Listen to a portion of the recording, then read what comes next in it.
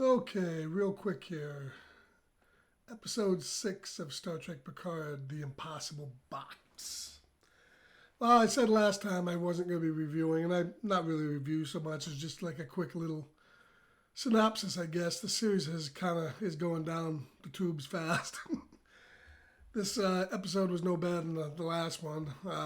In some ways, it was worse. It was like 55 minutes long.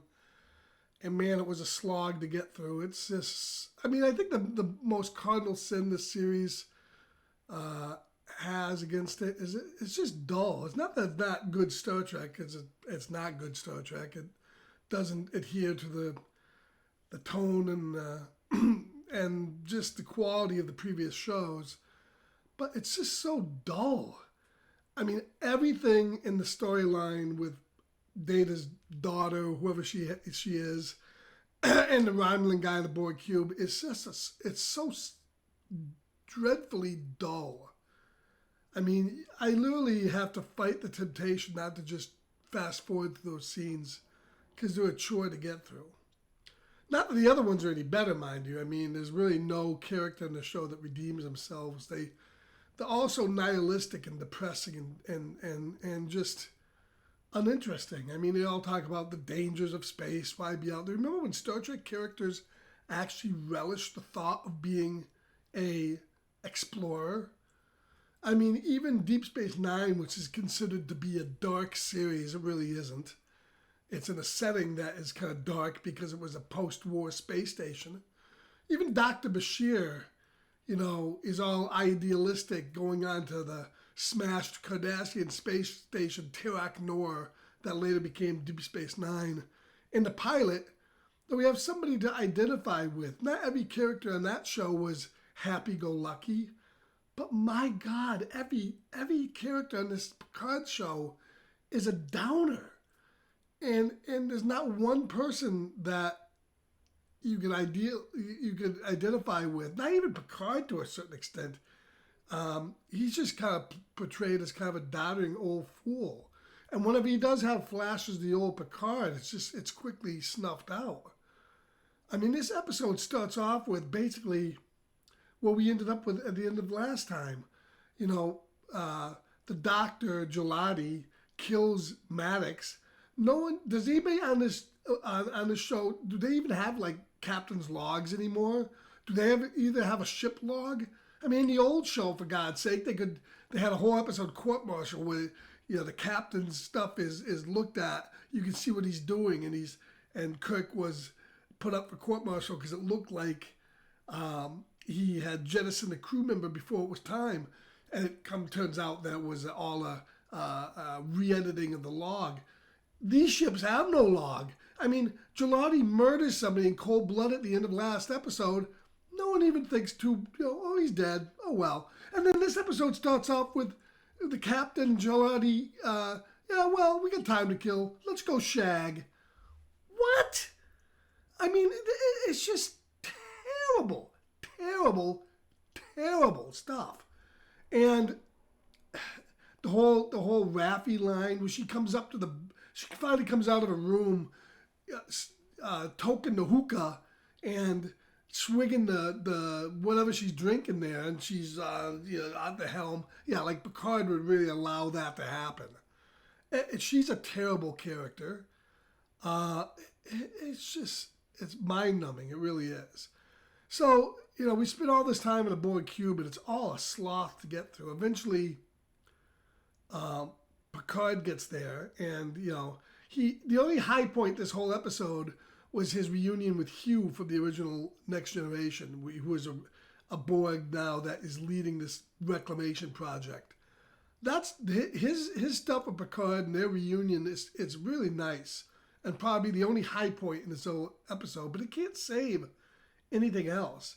I mean, all this stuff with Soji and going through her dreams, through this puzzle sequence, and the stuff with that Narek guy and his incestuous sister, it's horrible. And this Elrond guy, whoever he is, the Lord of the Rings Romulan warrior, is played for laughs again.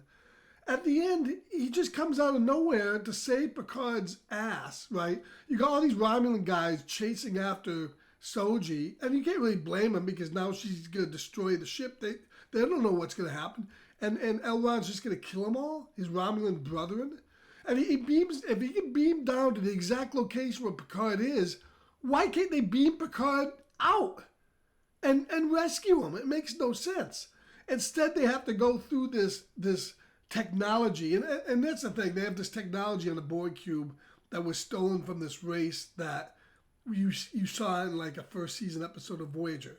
So the writers of the series are good at dropping in all these Easter eggs and past things and cameo appearances from old, but the writing's so horrible. They want you to overlook the fact the writing is horrible. So Picard, this device on the Romulan cube, on the Borg cube, can send people 40,000 light years away. So Picard's going to use it to escape. And they explain that it was done because if the Borg Queen had to escape the ship, something was happening, she could get away with this. But why would the Borg Queen even need to do that? They're a hive mind.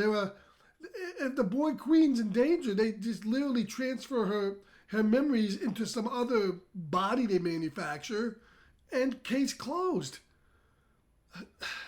It makes no sense.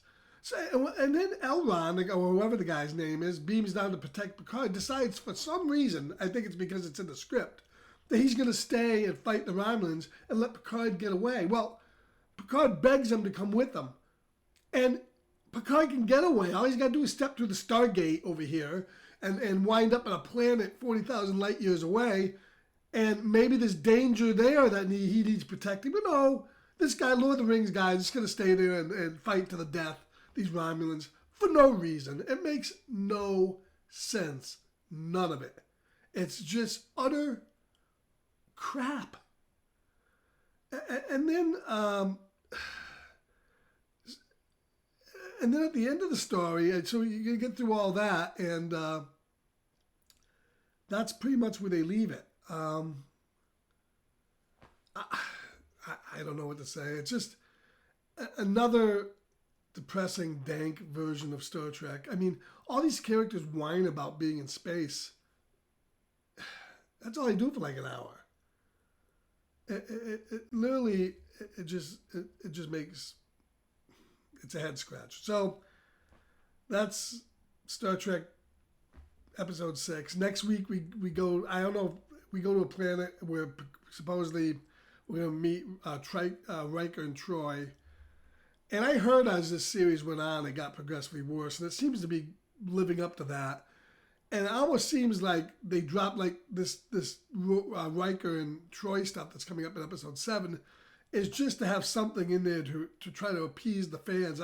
This show supposedly went through reshoots, and it wouldn't surprise me to learn that Riker and Troy probably weren't in any of the original drafts of this series. And I can kind of see where this is going. I think in the end it's going to come down that the Romulans created the Borg, and that's just another head scratcher. So that's episode 6, guys, and I guess we'll see you in episode 7. Remember, keep reading, keep on trekking.